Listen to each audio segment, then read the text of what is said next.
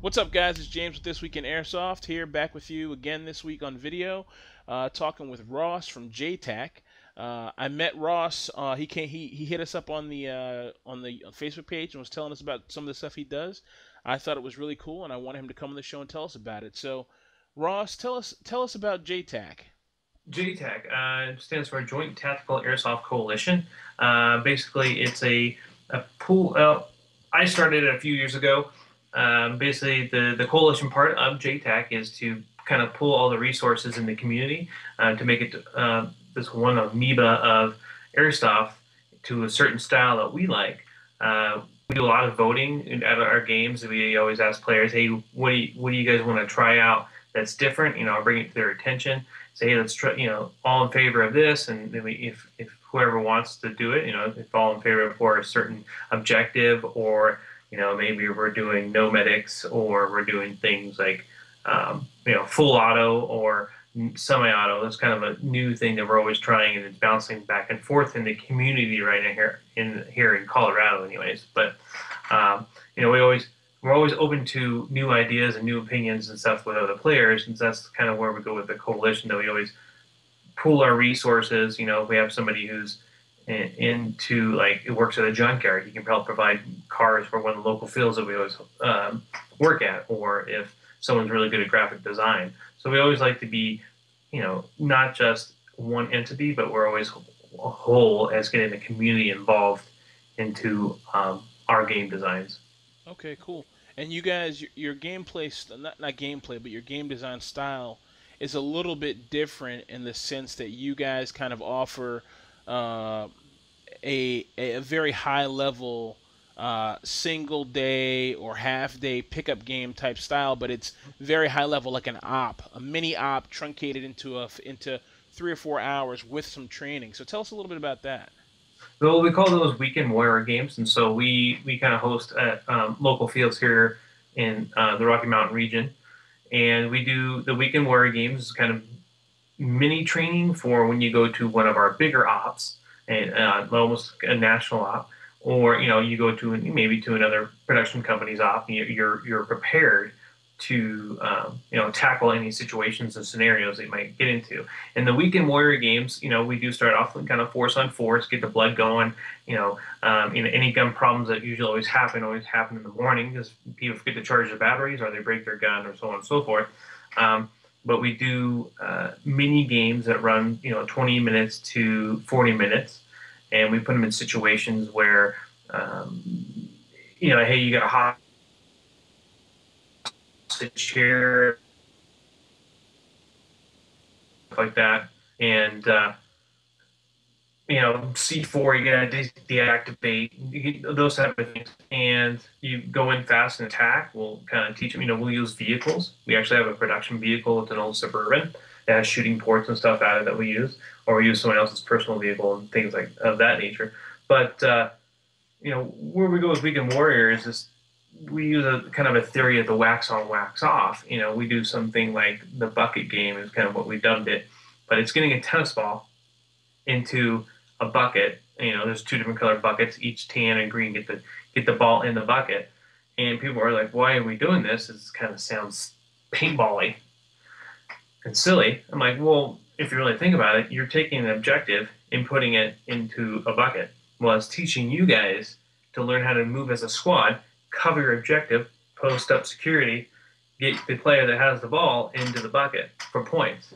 So that's how we do a lot of our games off of maybe timed or point objective. So that's kind of how Weekend Warrior goes, and we'll do maybe like a 45-minute game of, like, we'll get in the back of the Suburban. We're going to go in hard and fast, driving to objective. One team gets to play Op 4, and they're willing to give the attacking team an experience, because then we'll flip the roles and they could be green versus tan, or so on and so forth. But all the players, the coalition part of it, the community, agree that, hey, we want to experience something that's different. All right, so jump in the Suburban. We're going 25 miles an hour, running through the field, and we'll come up on a wood structure or a house or something like that, and we'll bust open the doors and lay down all this cover fire.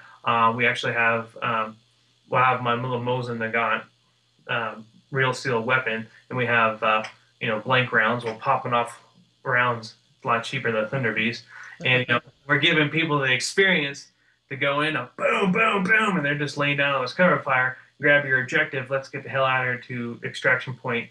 To get the helicopter, and we'll have maybe some orange smoke. They get to pop the smoke, simulating. They get the chopper to come in. They get like 2 minutes to hold off the rest of the Op 4 and things like that. That's kind of how Weekend Warrior game can go. That's pretty cool. So, guys, there's a little bit of learning. There's and what you just mentioned there with the ball and the ball, ball in the cup, the ball in the cup. Okay, the ball in the bucket. A little Family Guy there.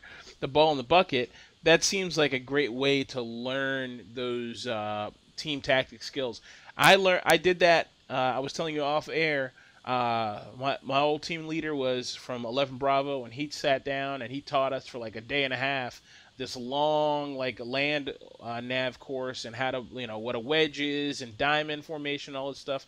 And man, it was fun, but we didn't shoot around that entire day, you know. So I know some guys didn't like that, and this the way you're doing it seems like a really cool way to learn and get that experience. You're getting something done, plus you see the advantage of using these tactics. Yeah. That's pretty cool. Um, In most airsoft, it's from what I've seen, it's you can learn all the wedges, you can learn all the different, put them into a bottleneck. You can learn all the military tactic, which is great to understand that. But when you go to a national op, sometimes that kind of just goes out the yeah, window. deteriorates. Yeah, it's gone immediately. Soldiers, we're not trained for 4 months, in boot camp or anything like that. We're there to have fun. That's the difference. When if you go there to be serious, and that like an actual soldier, your life is on the line if you don't perform these actual tactics. But there is I do see a lot of wedge formations. That's very common. Walking through an open field, I see that. But I like to put them into airsoft situations. Because we are just airsofters. I mean, there is a lot of active and non-active duty military that comes out, but they're coming out just to shoot some plastic BBs at each other, and we're just coming out to have a good time. No, and plus a lot of the things that guys haven't realized yet, and I think some of the real cutting edge teams have realized this. But airsoft isn't the real world, not by any stretch of the imagination. Um, and it's good. The basis would be to learn those real world tactics. That's the basis. But you also have to build a foundation of, we're playing this game and we need to build in tactics that are specific to what we're doing. Not just like, okay, we can do all these wedges and pie and corners. That's all great and it works, but it's also airsoft. How do I employ a Thunder Bee in this situation? How do I employ whatever? You know what I mean? Well, a bullet can go through drywall. Yeah, exactly. A bush is not going to be any protection in the real world, you know. So No, that's awesome, man. That's very cool. That's actually exciting. You guys to come out to Maryland and host some games out here. yeah, Uh, and we do a lot bigger things than just the Weekend Warrior. We always do our national ops, which are a lot more immersive. right, right. Oh yeah, tell us a little bit about because I saw you had some like really very cool props and kind of like really going loud with these with some of your bigger ops. So tell us a little bit about that. Well, it's using the Weekend Warrior mentality and using what you learn to go to our much bigger ops. And so, we just did some stuff up at Camp Guernsey, which is in Wyoming. Some other hosting companies have been out there who have hosted some 24-hour games. We've done a one-day op. What we pack into a one-day op is pretty much you can do in a two. So we do things where it gets more immersive. You got your medic rules. It's not just tag and go. It's like you actually have. We picked it up from. I'm giving credit here to Rhodesian Revolt. We got permission to use their medic rules that we just loved. A lot of people love the immersion of it, but you actually have to hook on hemostat onto onto your sleeve and wrap a bandage around. They actually have like a syringe, and you inject the morphine, and then you're healed and you're ready to go. That's cool. That's the immersion part for we like to for the medics. We do things like the C4 charges. They're lighting, they're flashing. If you go to our website, you can see some of the props that we had on video. But that's specific devices only for EODs. And so players, you don't have to be anyone special. You can send it to be an EOD for any of our type of games. But We do things maybe like engineers. Engineers can blow up stuff. So those type of things. So each there could be actual roles, kind of like in Battlefield. The video game where you actually have different characters you can play. People spend all this money to look like their part, but they never get to play their part. Right.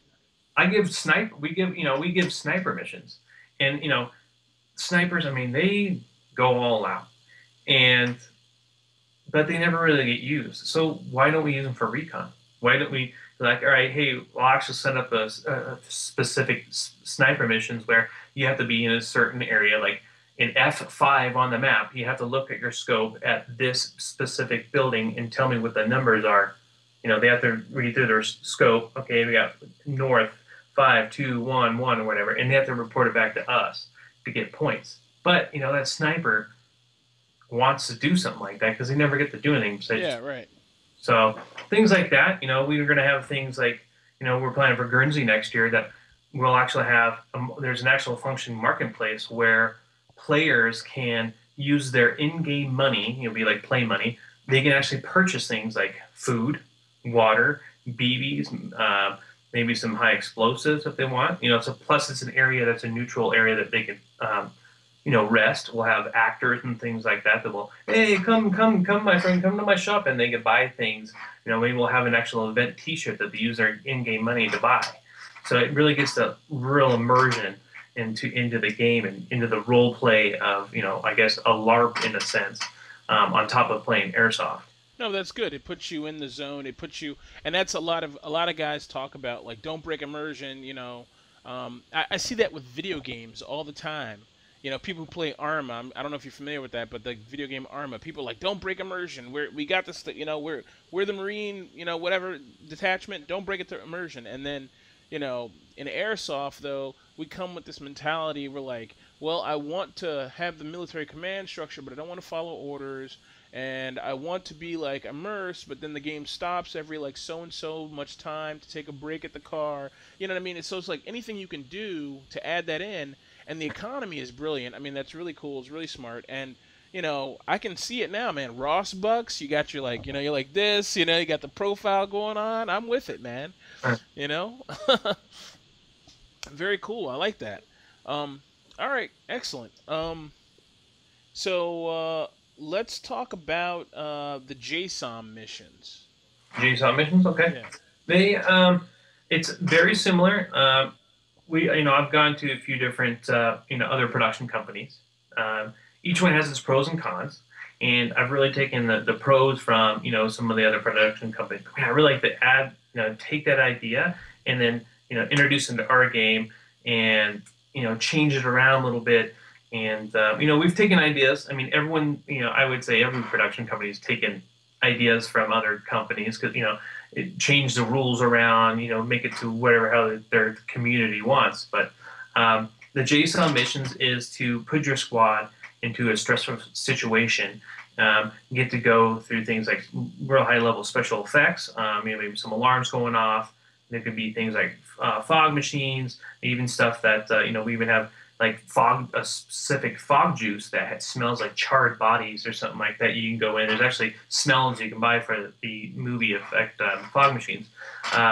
We'll have a hired M for a op4 that will we had for the JSON mission. Maybe you saw in the video that they have to kick in a door. We'll have maybe some tripwire. We have tripwire mines that shoot off little 22 ramset charges. You kick it in. You have to take out your op4. We had something where we kicked in the door and there was a guy kind of handcuffed to a wall with all this blood all over the place. We kind of add the movie effect. Think of like Michael Bay, but Right. some guy. There was a hacksaw and a battery. So you're like, man, this guy's been tortured. And so he gets up and he's really hurt and he's acting it out, giving the immersion like, man, we got to get this guy out here to our extraction point. So, there's situations like that. There's things like, excuse me, sorry. There's things, running in, we're going in hot with the vehicle, and there could be BBs and stuff flying at you, and things like it's always expanding my ideas of how I want to do things. I want to get more special effects and more pyro, but the JSON missions are stands for JTAC Special Operations Mission, and it's really to just test your squad's ability or your fire team. It could be even something like a five-man fire team going into a situation, something you would see out of a movie or anything from you know pretty much like a movie, really. I mean, anything you see, maybe some other production games. So Let's be honest here. To be a promoter and to offer people what they want, you have to have something like a JSON mission, mm, because that's the next level gameplay. That it's 2014, you know what I mean? We talked about this a little bit. Force on force just doesn't cut it anymore.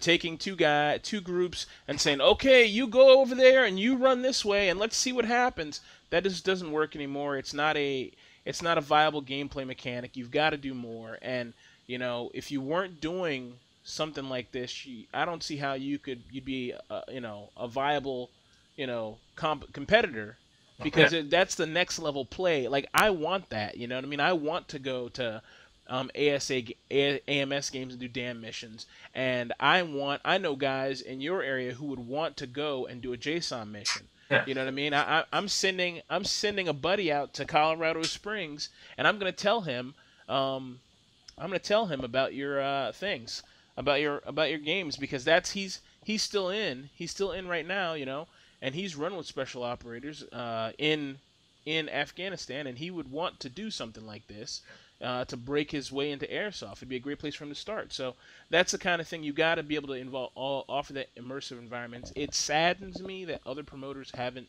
done that. You know what I mean? There's only a couple guys who are doing it, including you. So I think that's awesome. It's We, really we, great. what we do different is I really look at the community as who can afford it, Right. because we usually do the JSON missions for free. Um, it's including in your ticket. Some people don't want to go on it; they just want to go.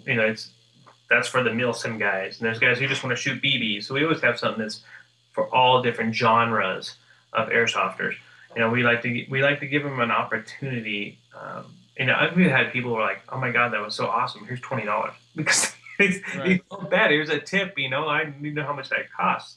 And so we like to do it free because when we're doing stuff in Wyoming, it's every community is a little bit different. The annual income in Wyoming isn't going to be as much as it is in Colorado. So we have to do something that's a little bit cheaper for players.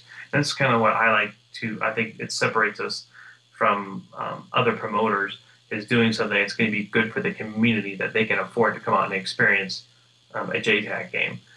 It sounds like that's the overall kind of mission of JTAC. From what you're saying, is to whether it's a JSON mission or the Weekend Warrior or whatever, you guys are delivering an experience that a regular, you know, airsofter on a regular budget wouldn't be able to partake in.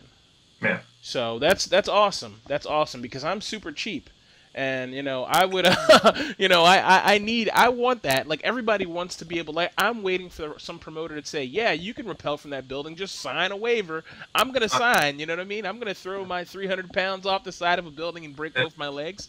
I'm about it, man.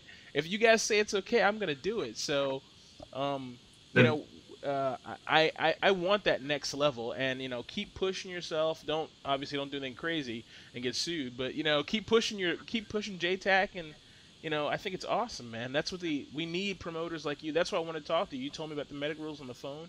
I mean, on the over chat, and I just thought it was really cool. That's what airsoft needs, is people. You've got to push the limits. We cannot stay stagnant as a sport. no, That's not how we grow, is by like just doing one thing all the time. and that's why I played 16 years of paintball. It's scenario paintball, and it just got to that stagnant part. I'm like, here we go, the same thing. It's like, their version of a helicopter was a rope and a stick, and you hang on to it. I'm like, okay, we can do something a little bit better than this. Right. And then I'm seeing like broken home videos with guys flying a helicopter. I'm like, oh my god, this is like a dream come true. And there's always, I think, things that airsoft can grow on to. Yeah, there is the limitations. You got to always, number one thing is safety, no matter what. You know, between goggles and and age limits of what you can and cannot do. But I like to see, yeah, like you said, what can we do to push the limits? What can we do? More explosions, more. I mean, I've seen some of the Operation Irenes, and you're like, I mean, it looks like something right out of a movie set. Right, right, Can we go up to the next level? right. It's always the question mark. Right. No, yeah, you're 100% right, and that's what it's about. I mean, I remember when I went to Sovereign Fury, which I talk about, and guys hated that op, but I loved it. I thought it was a great op. But they had a guy in a 50. There was a up in the building. There was like a saw, just blank firing, and it was like you just hear like it echoing in this town. It'd be like, you know what I mean? And it was just so cool. I was like, holy shit, I'm in the shit. It was Um, great. What's that?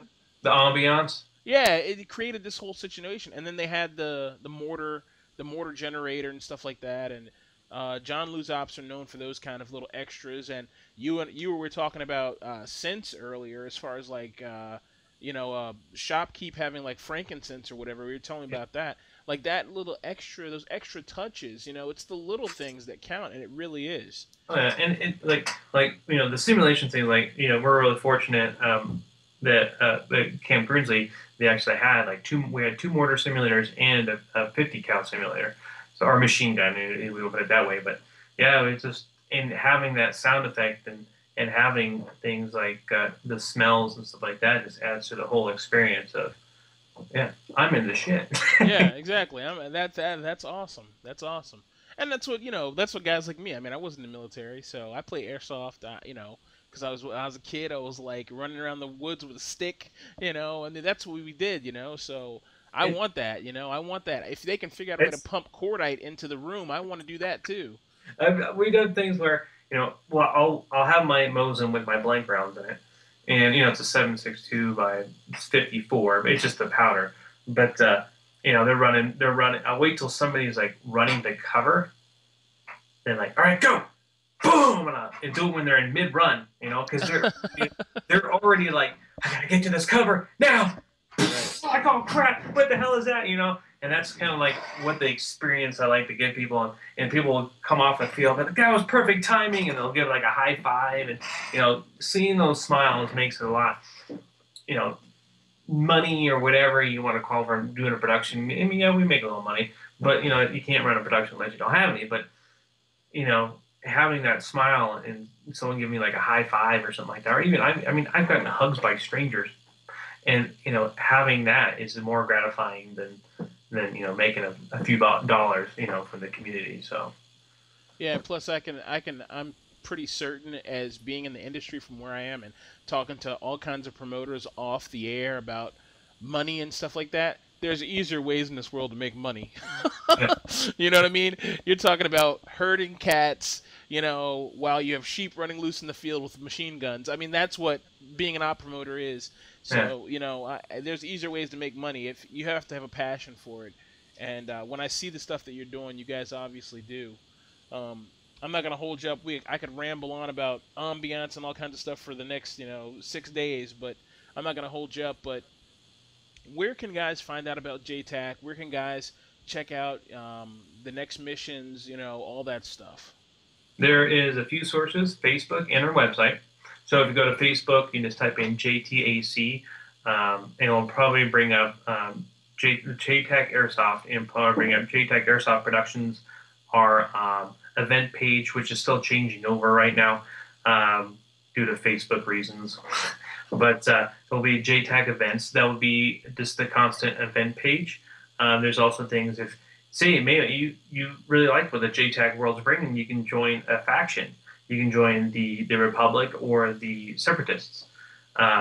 You can join either one of those sides, and just it basically, those are designed for the community to communicate and come up with plans and how we're going to be tan, how we're going to be green, and to talk to your COs. And that's kind of the community part that I wanted to bring with JTAC. So you have those two options as well. and the other ones are jtacairsoft.com, which is a new site that we just opened up about a month ago. So you guys can jump on there and check it out. And that's jtacairsoft.com. Okay, cool. Excellent, excellent. Okay, guys, and the links will be in the description of the video, maybe down there or over there. I love doing this because it's always wrong. But they'll be in the description. They'll be on the Facebook page. They'll be on the blog when I get to putting it there.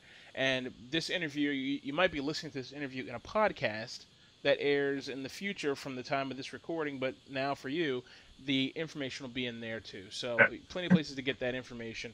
Um, Ross, it's really a pleasure having you on. We had a lot of trouble getting this thing recorded, but I'm glad we persevered. Yeah. Um, so thank you very much for your time, sir. Um, I really appreciate it, and we're gonna keep looking at you for the next, into the next year and see what you guys are doing and check Cool. back in every now and again. And please let us know. Come on the show anytime. We'd love to talk to you about what you're doing because you're one of those innovators who is like doing what they can in their community to take the sport to the next level. And we love that at This Week in Airsoft. So, thank you very much, sir. It was a pleasure. Thank you. All right. All right, guys. Have a good one. This is James with This Week in Airsoft, and we're out.